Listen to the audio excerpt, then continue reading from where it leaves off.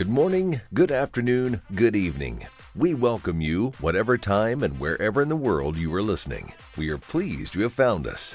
You are now listening to Inside the Bunghole, a podcast taking you on a journey through wine. Together, we will learn more about this wonderful elixir of life. So raise your glass to welcome your hosts and partners in wine, Pam and James. You are now Inside the Bunghole. Welcome, everybody. We're back inside the bunghole, and today I'm with Erman. James is taking the day off. All right. And we are here with Kubani Wines. And my name is Rajeev, and I'm the producer of Kubani Wines, and I'm glad to be here. Thank you for inviting me. Thank you for coming. For being here. Thanks for being So Kubani's up in Napa.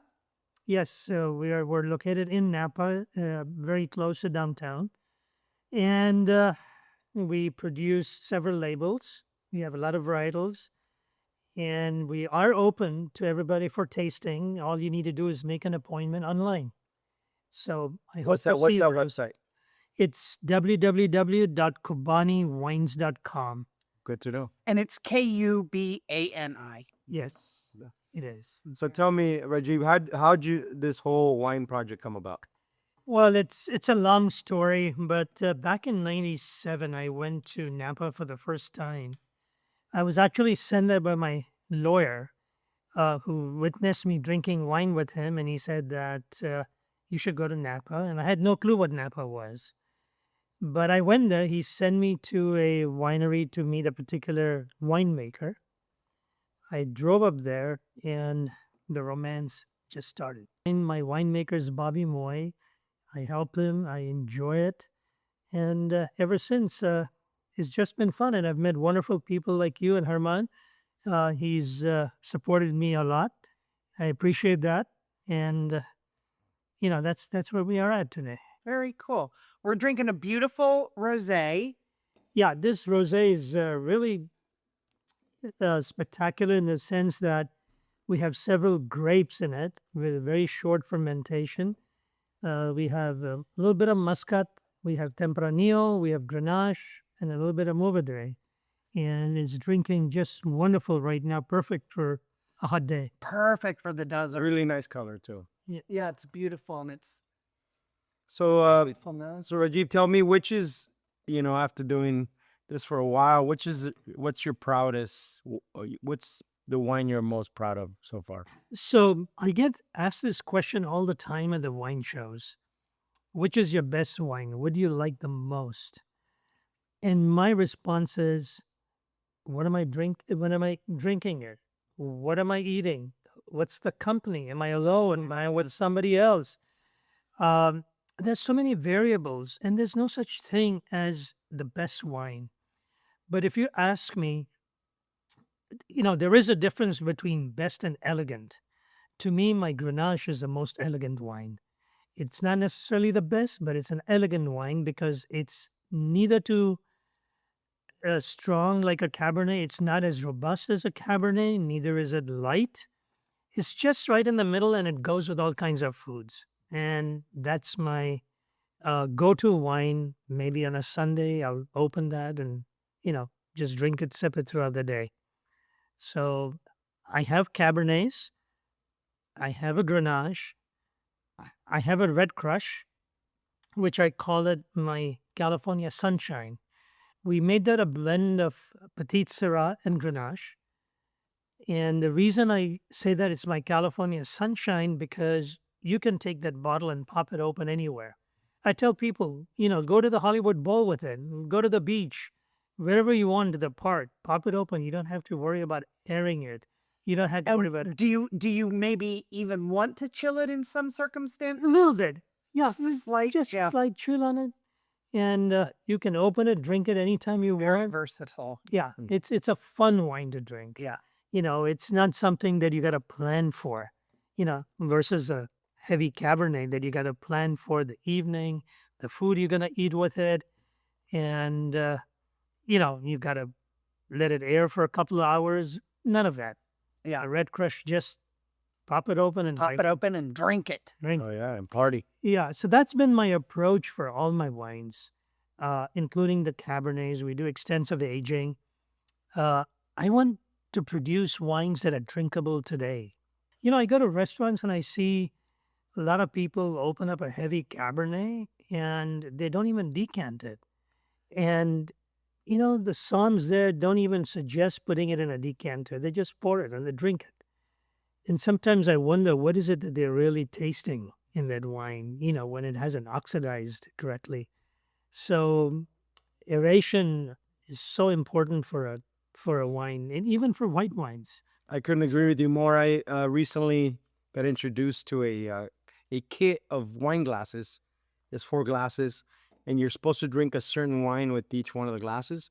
And so we did regular glasses on all of them, and then we did the tasting glasses, and it was incredible, the difference. There's a It difference. brought everything out. Yeah, there's a difference of a North and South Pole. For about 6 years, I did a stint with Riedel wine glasses in India. I was a distributor. Okay. Did a lot of wine tastings with the F&B managers, and I tell you, I am partial to Riedel, not because I was a distributor, but really I feel, just like Herman said, that you can get a glass that is for Cabernet, you can get a glass that's for Chardonnay, and there is a North and South Pole difference when you drink from those glasses versus an ordinary glass. I just don't have a house big enough to hold all the glasses. No. Well, because there is the Riedel, the catalog is, it's mind-boggling. Yeah. But they have come out with a glass for the restaurants, for the bars. Yeah. It's called the O2 and O1, which is a universal glass for all the varietals. And even that is amazing. Okay. The kit that I had was really sensitive. I mean, Yeah. As you get into... And it's the bowl, the shape, the aroma that holds the aromatics in while you're sipping. I mean, the science that they go to. Oh, it's amazing. They have studied this. They've been doing this for generations, and it's just an amazing product. Does really well. As a matter of fact, when I came here the first time to do tasting with you, I brought my own Riedel glasses. And, even if you look in Napa, there's so many wineries that are using Riedel glasses now. And, I've even seen beer glasses that have a crystal cut in the bottom. They will make it bubble the entire time. Is that right? Which is very clever. Yeah. And of course, now champagne, they say don't drink from a flute. You drink from glasses like these, and they have a bowl glass because the aromatics, and it opens up, and they're finding that the champagnes drink better in these glasses than you do in flutes. Mm-hmm. I drink my champagne just out of a beer stein. Out of the bottle. So what was your trajectory? You know what? Let's take a quick break, and I'm going to come back and ask you where you came from to now. But we're going to take a quick break, and we'll be back in just a couple of seconds. All right. If you want to know more about Inside the Bunghole, join us on all our social media platforms. You can get a revisit and view all the latest posts, giveaways, and information on this podcast. Simply search Inside the Bunghole on Facebook, Twitter, or Instagram. Like, share, and subscribe. Leave a comment. We would love to hear from you. Or you can email us at insidethebunghole@gmail.com. Thanks for tuning in, and visit our website at insidethebunghole.buzzsprout.com, where you can always find our latest podcast and past episodes. Cheers!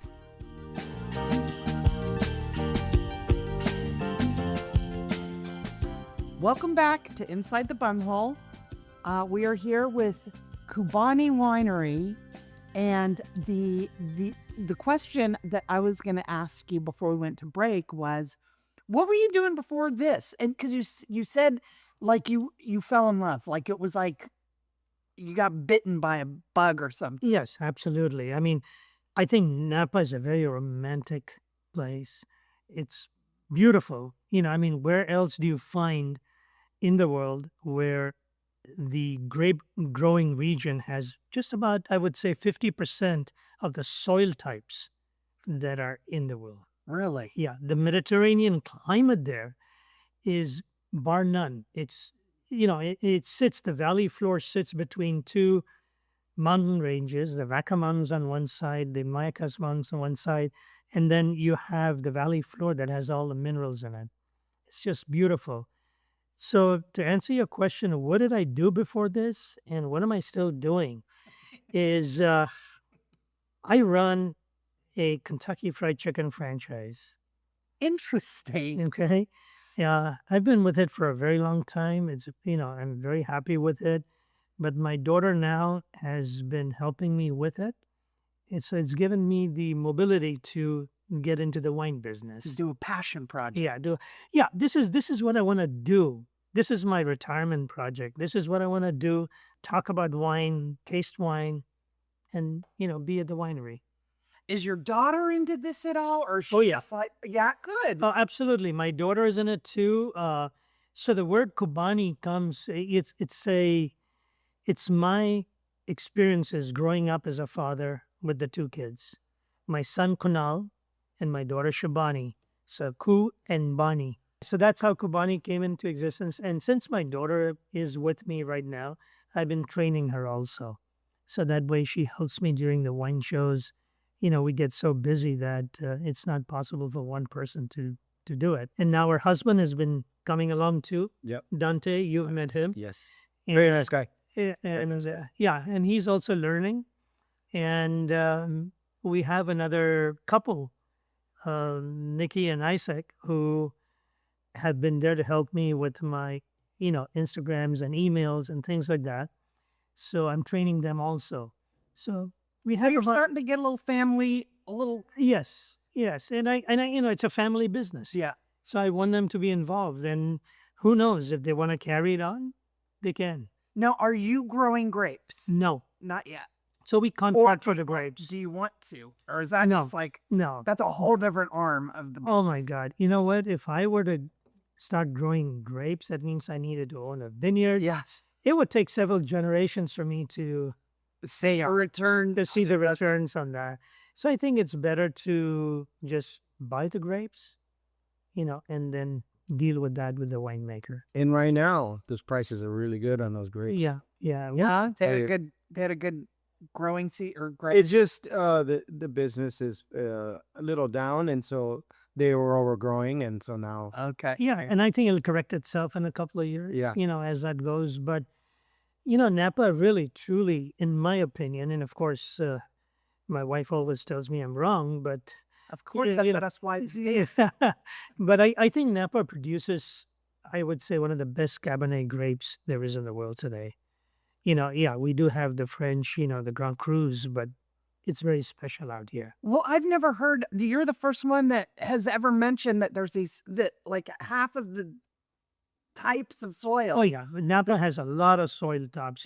We grow Chardonnays, Zinfandels, Cabernets. We have a whole wide range of and I don't know if you drink Zinfandel, but to me that's my favorite wine too. That's my oldest daughter's favorite is. Oh, on a Tuesday evening, if I'm by myself, nothing special, I like to open a Zinfandel. But they're hard to find, the old Zins that are jammy and fruity, because a lot of the winemakers now have switched to making whole cluster fermentation. So you get those herbaceous notes in the Zins.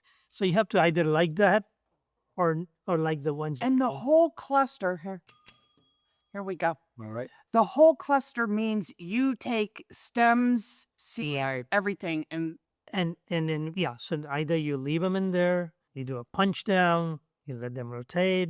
Depends on how long you want to keep it. What is a winemaker really want to do? What's the end goal? And that's what we discuss, and that's what I discuss with my winemaker, as to how much herbaceous tones do I really want in my wine. yeah. And is that also, would you get extra tannins? Would it be very tannin-y? Yeah, well, Tannic, right? so yes, you get tannins, but your main tannins are coming from the seeds and the skins. Yeah. Okay. That's where. So, like the 22 vintage, the Herman that this gentleman got almost 11 cases from me of the 22 vintage. What happened was we, during the harvest season, we had some very sunny days. And the UV rays basically diminish the quality of the tannins and the skins of the grapes. So we got a luscious fruit, really ripe drinking Cabernet, which is amazing, you know. Yeah. So, I mean, the varieties change year after year, year after year. Now, does your winemaker, does he like take note of if it's extra dry or if it's a wet year or if you've had a fire in the area? Oh, yeah. Oh, yeah. He has got records, and we sit across the table from each other and we discuss what we're going to do. And for example, the Chardonnay that I have is 100% Napa Chardonnay. The grapes are from the Hanna vineyards. This was the same vineyard that Chateau Montelane went to France and in a blind tasting left the French stargazing because we got the #1 slot in there. That was the movie, right? Yeah. Yeah, the Bottle Shock movie. Bottle Shock, yeah. That's a Bottle Shock movie. So the grapes that I get are from the Hanna vineyards. Our style of making wine is very French approach. Okay. And we don't make buttery or oaky Chardonnays. You know, we have a lot of minerals and we have acid in the wine, and it's very well balanced. And the Cabernets too are all 100% Napa cabs. But what we do with the cabs is we do an extended aging, and then he takes all that wine, and instead of taking the barrels and getting them ready for bottling, he puts them in a 2,000-liter oak tank that is neutral, and lets it sit there for another 4 or 6 months, so we get the fat around the tongue to balance and to make the wine more approachable. And then after it's bottled, I hold it for another 6 to 8 months before releasing it. So that when you're sitting it in the big barrel, that is after it's been in the barrel For 2 years, really. or 18 months or 2 years. It gives it a little bit of texture, doesn't it? Yeah, it gives you texture, it gives you the finesse, it gives you the softness, and yet it hits you in the face, but not as much as some of the more tannic Cabernets. And again, like I said, the approach was to make wines that are easy to drink. Yes. Yeah. And you don't feel like you're doing something wrong if you Yeah. just- Yeah. So if somebody were to come here to Lafayette Wine Bar and ask for my reserve wine, he would have to open it maybe 40 minutes, 30 minutes. I put it in a decanter and it's ready to go. Whereas you take a Cabernet that's really tannic, and there's nothing wrong with the Cabernet, it's just a style. Yeah. Right, that the winemaker chose. He'd have to make sure that for his customers to enjoy it, he'd have to leave it in the decanter for a longer period of time. And that is so important to know that how long your wine should either be decanted for or open. Yeah. Because that changes the whole taste of everything. Armand, do you guys go over that with your staff? Like, it's like, make sure that this, and I know some people can do, you do what you want. It's like, it's your night out, but. So, I mean, we here, what we do is if they get a nice bottle of wine, this guy's a little bit of aging, we always suggest that they decanter, but it's not really up to them. Some people say, "Oh, just pour it," but you just the more knowledgeable winemaker, wine drinker would actually want a decanter, and we have the filters with The aerators, and that can speed up the process a little bit, but it just depends on the customer. Sometimes somebody wants to go the whole mile, like they were at the French Laundry, but when they're at Lafayette Wine Bar. Yes. Well, and then there's people that just don't know any better. And I mean, so we started this podcast because we're dummies. We're wine dummies. We knew we liked wine, but we didn't know why we liked wine. So this whole thing has been a process of learning, and it's like, if you don't know any better, you're going to pay, if you're out and you're dumping some money on wine, it's like, why wouldn't you want it to taste the absolute best it can taste? Sorry to interrupt. For me, I taste wine all the time from different reps and from all the wines that I have here, but there's a lot of times that you can find a really nice wine like Kubani Wines that the quality is phenomenal. But if it had a name like Camus, which you would pay a lot more because his wines are really high quality. Yeah, nobody knows Kubani. So, I mean, my pricing is Not after this. All the bunghole people will know. But so you're getting higher quality for a better price, Yeah, the wines are really good, high quality wines. Remember, Napa grapes are expensive. Exactly. You don't get cheap grapes in Napa. Yeah. And so between the Chardonnays and the Cabs, it's really some good quality stuff. Bobby Moy, the winemaker, I call him an artist more than a winemaker. I mean, he really knows. And what we do is, for example, the Chardonnay. So we had some Chardonnay in brand new French oaks, 50% used and in neutral barrels. So we sit down across the table and we'll sip wine from the all new oak. And I say, oh no, this is horrible. I can't, this is not what I want to bottle.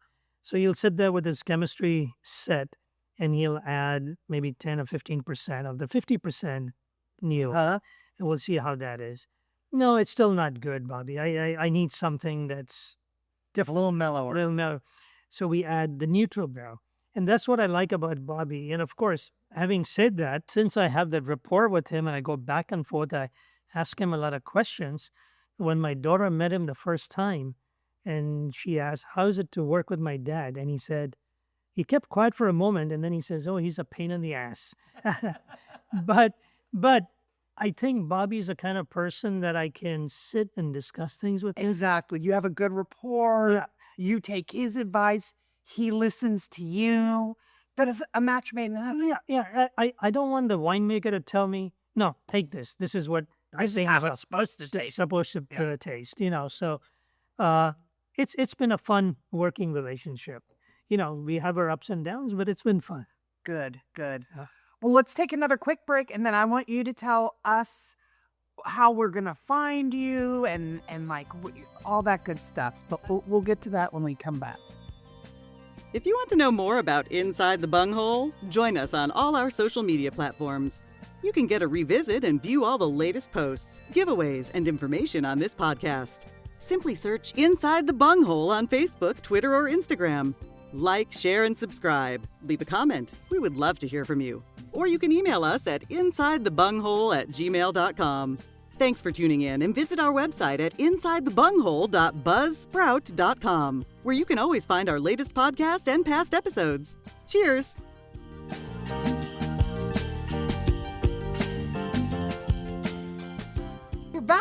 We're back. So when we left, we were gonna find. Where can I find Kubani? You said it's direct sales on the web. Direct sales on the web. KubaniWines.com, or you could come to a place like Lafayette Wine Bar. Do you distribute yourself, or do you self-distributing? I'm self-distributing because it's a boutique winery. My production is limited, and I want to offer the best possible price to the consumers directly. So that's what we're doing. And as we produce bigger quantities, then we'll look at distribution at that time. Sure. But right now it's on the web. How many days is your wine tasting room open?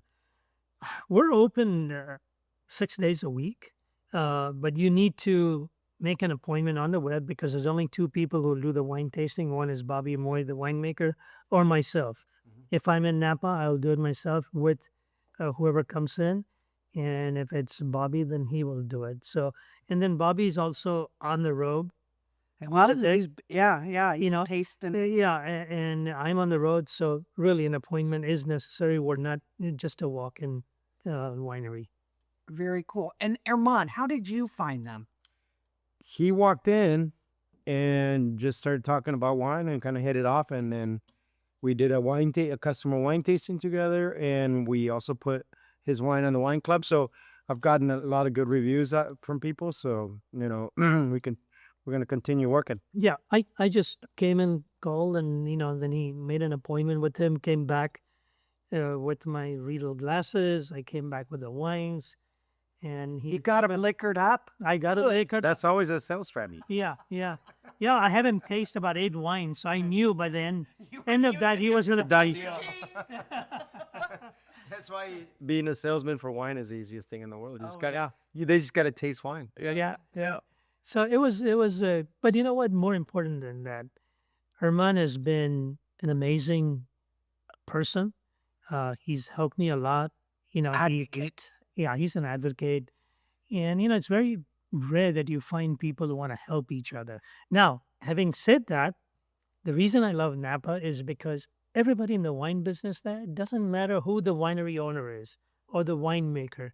If you call them and say, hey, I need some advice, you will find that almost all of them will give you a chance, they'll give you time, and they'll advise you or give you their opinion.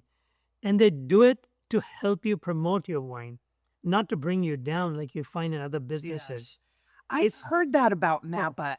And you would think it would be the opposite. You'd think it would be real pretentious and you're not from these parts, but every winemaker that we've talked to that's up there is just like, it is the most giving, open group of In this small town. It's a small town. Everybody knows each other. All the winemakers winery owners that I know from there, they all say, hey, you want to go over there? I'll call my buddy and he'll take you in, or I'll take you. They know each other. They all have crossed paths from one point or another. See, the important thing to understand in this business is that Armand is not going to just carry my labels. Yeah. He's going to carry everybody's labels. Maybe he'll have 2 or 3 of mine, 1 of the other, and 2 of the other. So people understand this. Winemakers and winery owners understand this, so we all help each other.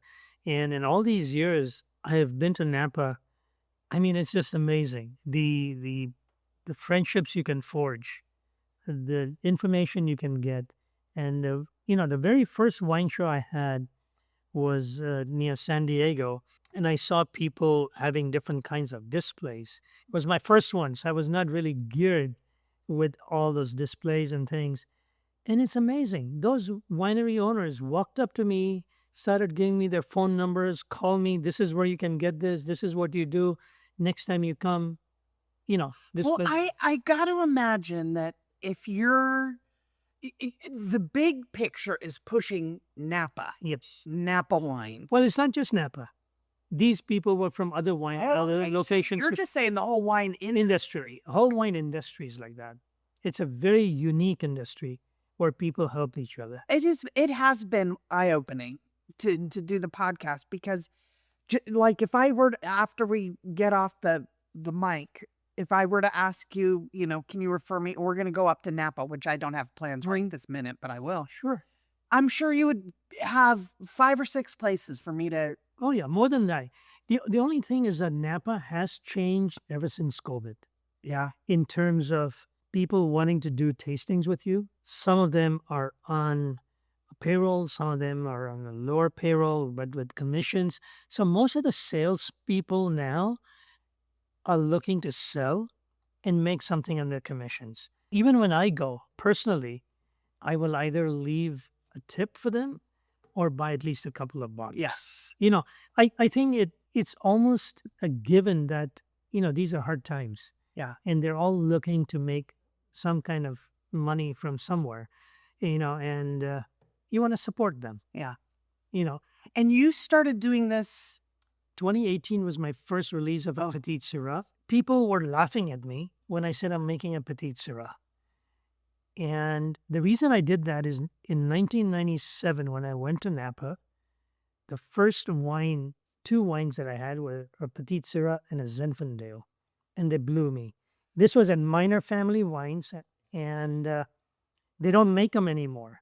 So before I made the Petite Syrah, I went up to Dave Minor, and he says, Rajeev, there's plenty of room.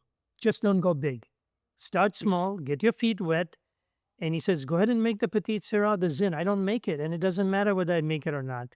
But that had stood out in my mind. So we made a Petite Syrah, and people said it won't sell, it won't sell. Guess what? We're sold out. Petite Syrah now is, for some reason, seems to be, and like you said, with with Zin. Yeah. My daughter is, she likes, I think they're, I don't know if they're in Napa. The Baca family? Yeah. Yeah. So that's her. She's a member and just loves her Zinfandels. Zinfandels are really good. There are a lot of places with good. And they're not. It's not a profound. It's not like a Cabernet or a Merlot. No, it's not popular, Yes. but it's an amazing wine. I'll give you an example.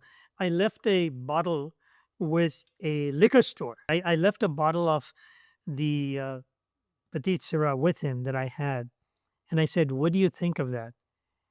And he says, Rajeev, that was unbelievable. Unfortunately, I'm sold out. Oh, So I don't have any, but we have another one. We aged that for almost 4 years oh my gosh. In barrel? in barrel, 4.5 years, and then in the bottle for, a longer period of time. So it was just fabulous drinking, and I sold it out really quick. Didn't expect to do that. And he wants some, but I just don't have any. Oh, no. Isn't that the worst? No, that's a Like, good strategy. Exactly. But we don't have it. Leave them with more. Everything's been done with a purpose, and we've aged our wines with a purpose. Used the barrel combinations, the way we think we want to get them approachable for people. If I were to come here to Lafayette Wine Bar and he were to open a bottle that was so tannic and, that people could... It's almost work. Yeah, it's work. It's like, oh God. I want to be able to pour my wine where people would say, oh, this is drinkable. This is enjoyable. Yeah. I'm loving it. And that's what I want.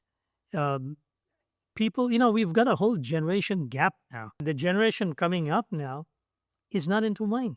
They're more into mocktails. If you look at Japan, they're opening up mocktail bars. I've heard that in the industry that wine drinking is down. I kind of feel like that's cyclical. I think that They'll come back. Yeah, it'll come back. But it'll take a while. It might. It's going to take a while. Yeah. It's going to take a while. Well, I didn't start drinking wine till I was probably 30 years old, so they're, Yeah, I didn't start getting into it till I was probably 40. yeah. Yeah.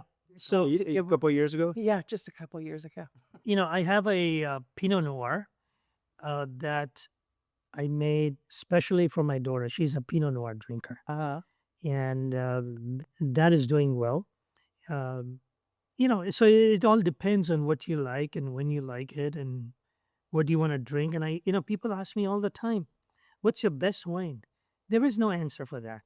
Yeah, There it is does. no It's answer. very, very, and you said that earlier. Yeah. It's very dependent on what, when, where, why, and how. And how? Exactly. Because like, I don't ever drink rosé unless it's 100 degrees or more out. I don't and I won't drink a red probably now until either I go up to Napa or I go somewhere that's a cooler climate. It's just, and the people you're with, are they appreciative of wine? Are they going to go around and sniff and do all the goofy shit that we do? Or are they just like, hey, let's get drunk? I mean, it's everything is so dependent on the circumstance. Exactly. I don't drink good wines with people that don't know about wine because then I have to share my good wine with them. Exactly. Yeah. I think I think I get that way too because I don't want to open up my reserve with somebody that's having it with such spicy food that It's going to blow out. it's Yeah. gonna blow out. You can't taste it. You're right. You need to open the wines dependent on where you are, the circumstances you are in. But like I said, my daughter's always been a Pinot Noir fan, so we crafted one from the Santa Maria County in Santa Barbara, Mm-hmm. top of the hill. Back in 1876, the King of Spain granted the land rights to Mr. Ontiveros. And we're now, I believe, the 7th or 8th generation down where they're growing the Pinot Noir grapes up on the hill there. And it so happened that my winemaker and Mr. Ontiveros now, they know each other. So he gave us an allocation from there. So we have a phenomenal Pinot Noir. It's not your regular light red, but it's got some depth to it. Very That's cool. great. Which are you? Do you have a wine that if you ate your Indian food that you would drink? God, I love Indian food, by the way. That's one like Good wine that pairs with Indian. yeah. Indian food, are you eating spicy, medium? Are you eating sweets with it? You're not. So when I eat Indian food, what my wife makes for me at home, there's always a combination of sweets and spicy and sour. Yes. Okay, so it's very difficult to really match it. I would drink a rosé, I would drink Chardonnay, and I would drink what my daughter likes, which is, the wine that I made for her, Pinot. I think the lighter ones would be what would go more with this kind of food. Yeah. You can't really, unless I'm having lamb. Or And then lamb's what? Cab? Cab. Yeah, then you have a cab or a heavy zin or whatever. But again, how much spice went into that? Now, do you like your food spicy as hell? Like, We do eat spicy food. Yeah. We do eat spicy food. So, it's difficult sometimes. I'll have a rosé yeah, a rosé. or a shot, just something light. Yeah. I like my Red Crush, which is a blend. Yep. It's a blend of Petit Syrah, and it's a blend of Grenache. And that goes very well too, with that food. So it just depends on the mood. Yeah. And what I'm doing for the day. On a Sunday morning, I'd open a bottle of Red Crush. Till 2:00, I'm drinking that. You can go through it and not feel it. Yeah. Because it's a nice light wine. Or even the Grenache. My Grenache is very, very, very special. And done a good job with that. Very cool. So Kubani, Kubani Wines. KubaniWines.com. And go online, order some, because it's limited as far as like if you go to a wine store. Oh, yeah. things. It's not available in all the wine stores. I mean, I don't know if Vermont sells retail here. I don't know if your license does. Yeah. So if you're in the Palm Springs area, come down to Napa. yeah, he's got a few of my wines, and he can sell them retail, or you can go online and get it. And I think that's the best way. And we're looking forward to maybe this fall, a wine club. Oh, yes. We'll have a wine club this fall. I'm sure we'll start with that. We really appreciate you coming today. Thank you. Tell us the story. That is a great story, and it's a lot of insight.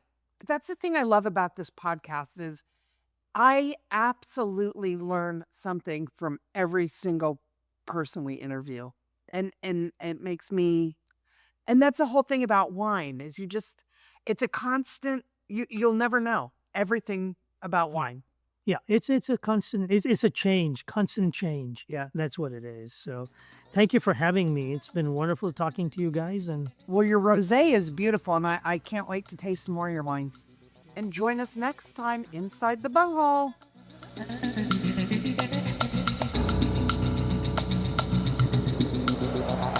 If you want to know more about Inside the Bunghole, join us on all our social media platforms. You can get a revisit and view all the latest posts, giveaways, and information on this podcast.